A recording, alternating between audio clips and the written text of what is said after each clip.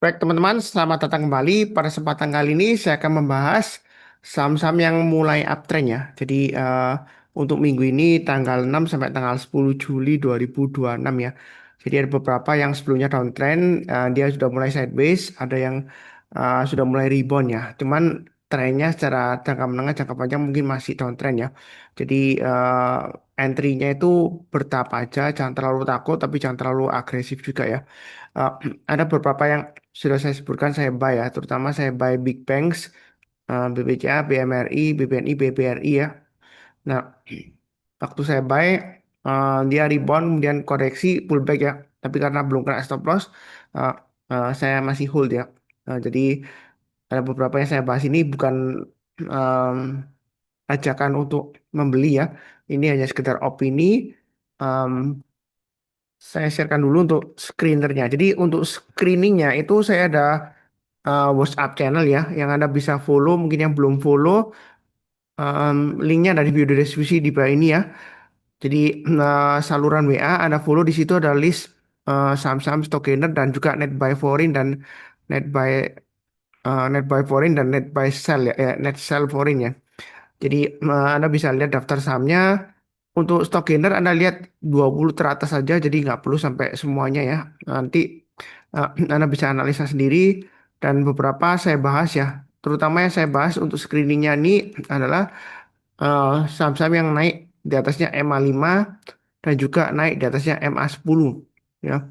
Dan saya urutkan berdasarkan transaksi value terbesar. Nah, saya juga ada live wallet ya. Jadi ada beberapa di sini yang sudah ada di live wallet ya. Jadi sudah buy, mungkin ada yang sudah berlangganan, sudah cuan ya. Beberapa sudah naik ya. Saya akan bahas untuk beberapa saham ya. Ada saham yang saya skip karena dia kurang liquid ya. Jadi saya nggak bahas, saya skip, saya uh, bahas berikutnya. Yang pertama saya bahas adalah untuk saham BCA. Saham BCA ini kalau kita perhatikan, ini sudah saya gambarkan garis-garisnya masih tetap sama. Dia di trading range 5.800 sampai 6.425. Jadi di tengah-tengahnya ya. Kalau Anda mau buy boleh, pasang stop lossnya di 5.800, maksimum di uh, 5.550. Jadi banyak bertahap. Nanti kalau dia breakout ke atas 6.425, kita boleh tambah lagi untuk average up, target price berikutnya di 6.850 dan 7.225. Memang di sini sebelumnya dia gagal ya kena resisten ya. Tapi kalau kita bicara mengenai resisten, kita jangan terlalu kaku. Kalau sebelumnya dia gagal, belum tentu kali ini dia pasti gagal lagi, belum tentu ya. Jadi kalau dia breakout ke atas 425, kita boleh tambah lagi atau buy yang belum buy ya, yang sudah punya berarti average up ya. Nah, jangan lupa pasang trailing stopnya atau stop lossnya. Tapi bukan pasti berhasil naik ya. Karena kalau kita lihat di sini konsolidasinya lumayan panjang ya. Dan dia kalau gagal bertahan di atas 5.800, saya sarankan jual dulu. Memang sebelumnya dia turun balik 5.800 pas nalar, kemudian 2 hari kemudian dia sudah rebound lagi ya. Ya memang ya trading memang seperti itu ya. Tadi kalau kena stop loss Anda jual dulu, nanti kalau sudah rebound kita lihat ulang, kalau misalnya trennya masih bagus ya kita boleh entry lagi ya seperti itu ya. Nah di sini sebentar, ada yang hilang di sini, saya mau tambahkan ya. Em, ada MA yang belum saya tambahkan sebentar. MA20 ya. Jadi saya coba tambahkan di chart saya untuk moving average ya. Saya tambahkan dua biasanya. Jadi sebentar ya. Ini MA20, kemudian saya tambahkan untuk MA200 ya. Biasanya saya kasih warna hitam. Jadi untuk MA200 ini untuk trending jangka menengah dan jangka panjangnya ya seperti itu ya. Eh, Jangan lupa untuk follow Telegram. Telegram saya yang lama Saham Profit ya, tapi yang baru namanya YT Saham Profit. Karena sebelumnya Telegram saya kena hijack ya, eh, sehingga lost. Sehingga yang baru saya buat namanya YT Saham Profit. Linknya ada di video deskripsi bawah ini ya. Kalau yang mau follow Telegram saya. Nah kalau kita lihat, nah di sini untuk BCA ya. em, Kalau dia breakout kita tambah lagi ya. Tadi sudah saya bahas ya, targetnya 6.850 dan 7.225. Ya, kurang lebih seperti itu ya. Cukup. Berikutnya tuh DSSA. DSSA ini sebenarnya cukup menarik. Kalau kita lihat transaksinya dia lumayan besar ya. Tapi kalau kita lihat price actionnya masih sideways lama gini ya Pak Senar. Dan bagaimana kalau yang mau buy on weakness tuh DSSA boleh aja karena transaksinya dia besar ya. Jadi kemungkinan nanti kalau dia squeeze ya, ini Bollinger Bandnya squeeze ya. Ini nggak ada gambarnya. Ini yang saya gambarkan bukan Bollinger Band, tapi Downtrend Channel ya. Jadi kalau kita perhatikan, ini MA20 sudah mengarah ke atas, harga sahamnya sudah di atas MA20 ya. Jadi sudah mulai bergerak naik, tapi dia sideways. Jadi baiknya bertahap. Kalau dia berhasil breakout ke atas swing hanya 910, Anda boleh tambah lagi atau average up. Yang belum punya, kalau mau buy high sell higher silakan ya. Target price berikutnya di 1115. Kemudian kalau dia naik, target price berikutnya bisa sampai 1440. Jadi kemungkinan kenaikan untuk DSSA ini masih lumayan besar. Yang penting pasang stop lossnya di 765 dan swing low di sini di area di 720 ya. Stop lossnya memang agak jauh ya. Jadi banyak bertahap. Kalau dia breakout kita tambah lagi atau average up. Ya, tapi cukup untuk DSSA. Berikutnya untuk Bank Mandiri. Bank Mandiri ini sebelumnya saya sudah buy. Kemudian kena turun, rebound masih belum cuan ya. Sebenarnya masih belum buy. Walaupun MA20 ya sudah melandai dan cenderung naik ya, tapi harganya masih di bawahnya MA20-nya.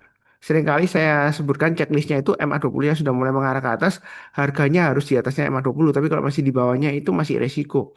Kalau Anda mau buy Omicron seperti saya buy Omicron ya itu resiko, akhirnya kan kena loss lagi kan, turun lagi. Tapi dia sudah mulai bangkit lagi. Nah ini kalau yang mau buy, lebih baik tunggu kalau dia berhasil naik ke atas 4070 atau minimal naik ke atas MA20-nya, di atas 4100 ya barusan kita buy. Nah, target price berikutnya 4.300. Nah, berikutnya lagi 4.450 sampai 4.570. Jadi di sini sebenarnya masih belum buy. Tunggu aja kalau dia naik ke atas 4.070 ya, paling cepat ya garis saya atau 4.100 di atas MA20-nya. Ya, kurang lebih seperti itu untuk BMRI. Berikutnya untuk Antam. Antam ini potensial membentuk double bottom ya, tapi dia belum terbentuk ya. Kalau bicara mengenai trading chart pattern, ini harus tunggu breakout dari neckline-nya ya. Jadi kalau trade pattern harus tunggu di atasnya 3270 kurang lebih neckline-nya ya. Nah, kalau misalnya Anda mengikuti trennya, ini trennya kalau kita lihat jangka pendeknya ya, MA20 mengarah ke atas, harganya sudah naik lagi di atas MA20-nya. Jadi kalau yang mau spekulasi buy silakan naik ke atas 3060, kita tambah lagi atau average up, target price berikutnya 3310. Berikutnya lagi 3610, 3900 dan seterusnya. Nah, seperti itu. Jadi untuk Antam ini masih konsolidasi di bawah. Jadi banyak bertahap aja, jangan terlalu agresif ya. Tapi jangan terlalu takut juga. Yang penting kalau kita buy di sini, kita pasang stop lossnya. Pasang stop lossnya di mana? Anda bisa pasang stop lossnya di high-nya hari Kamis ya. Jadi kalau dia turun di bawahnya 2800 untuk Antam, Anda jual dulu. Ya pasang stop lossnya di sana. Kalau mau buy Omicron sih boleh aja. Tapi banyak bertahap aja karena dia masih cenderung bearish ya untuk jangka menengah dan jangka panjangnya. Tahu dari mana? Em, Candlenya masih jauh di bawahnya MA200 dan MA20-nya masih di bawahnya MA200-nya. Jadi masih eh, bearish ya jangka panjangnya untuk Antam. Lebih cukup. Berikutnya untuk AMMN. Jadi AMMN ini sideways ya. Jadi kalau yang sudah ngikutin channel saya, kalau sudah rajin catat ya, jadi nggak harus berlangganan Sunar Live Flood ya. Ini ya paling kalau dia naik ke atas ke 250 sudah boleh baik. Target price dekatnya 3960. Jadi sideways-nya ini dua kali dikasih ya. Jadi kemungkinan masih bisa ke 3960. Ya lumayan lah dari 3500 ke 3960 ya gitu ya. Pasang stop lossnya di K250 dan maksimum stop lossnya di 3070 ya seperti itu. Kalau terlalu jauh ya pasangnya bertahap aja. Yang penting sesuaikan dengan risiko profil masing-masing ya seperti itu ya. Kalau lebih cukup. Berikutnya untuk Telkom.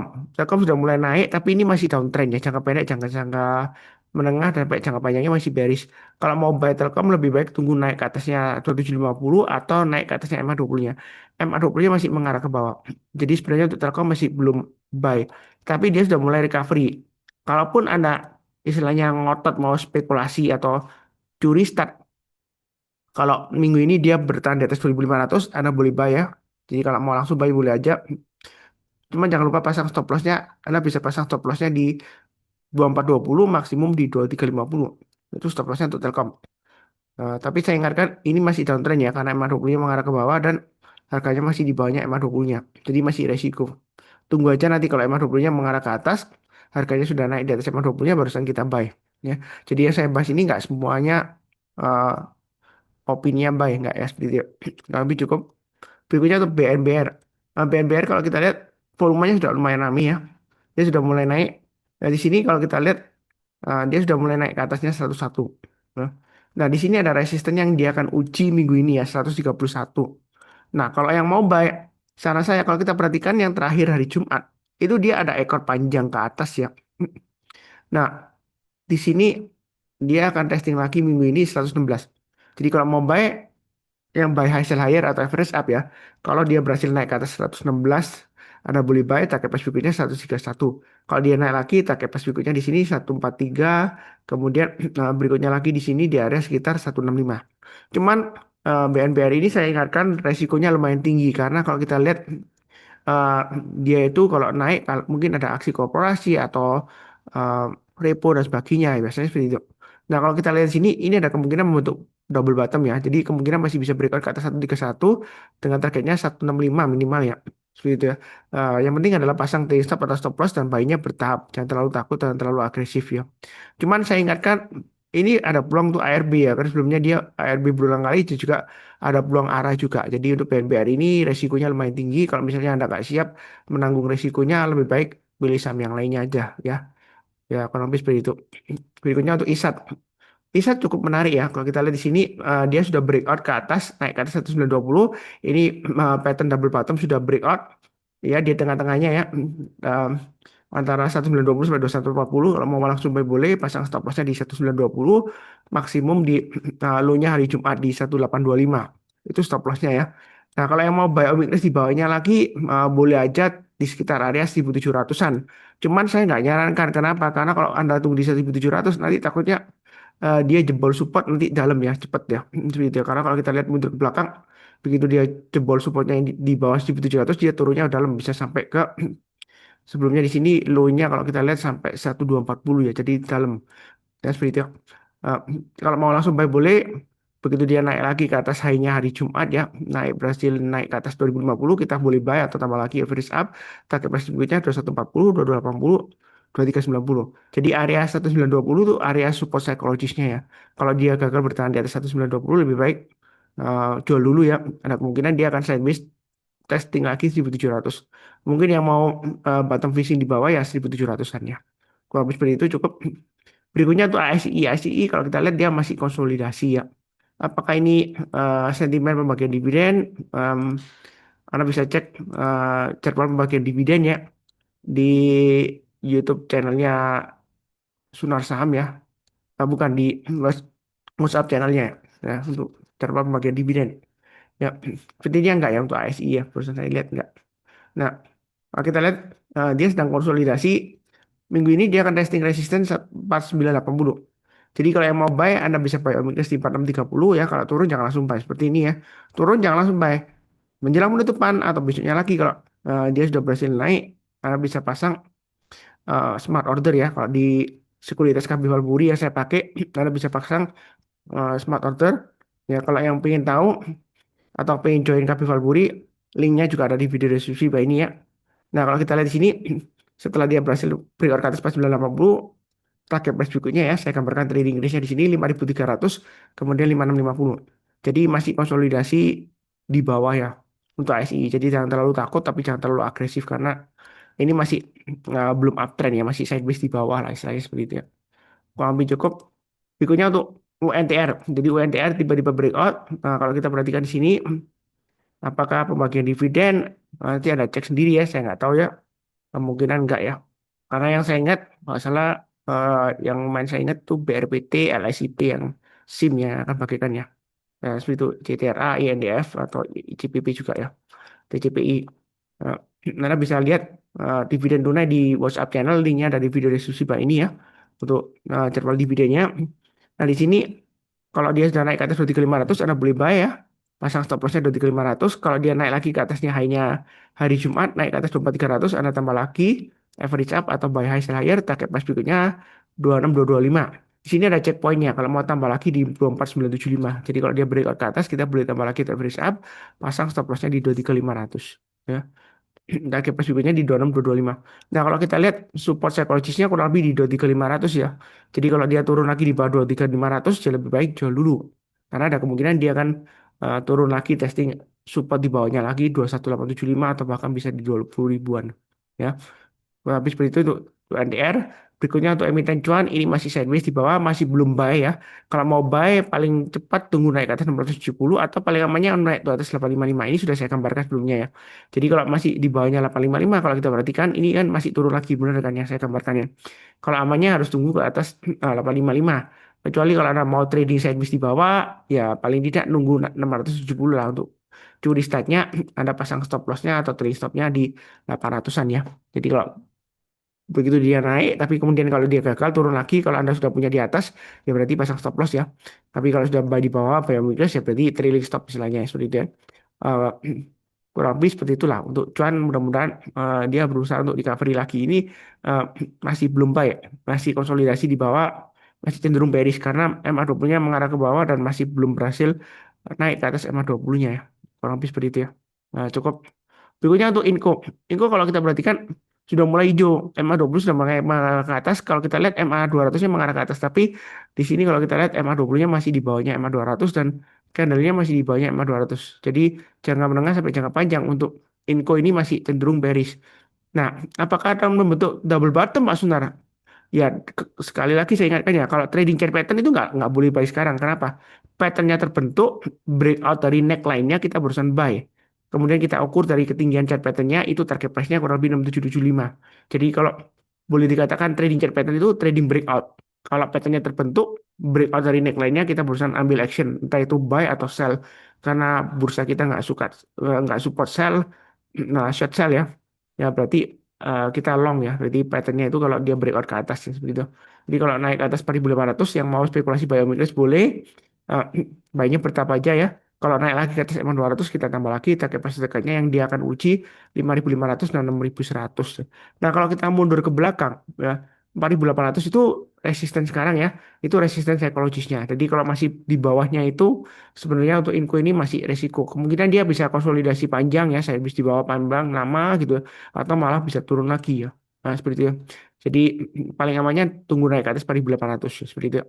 Nah, memang buy saham itu nggak harus nawar di harga paling bawah. Kenapa? Karena istilahnya itu eh, untuk konfirmasi ya, support dan demand-nya ya. Kalau demand-nya masih lebih rendah daripada eh, supply-nya ya, nah seperti itu ya.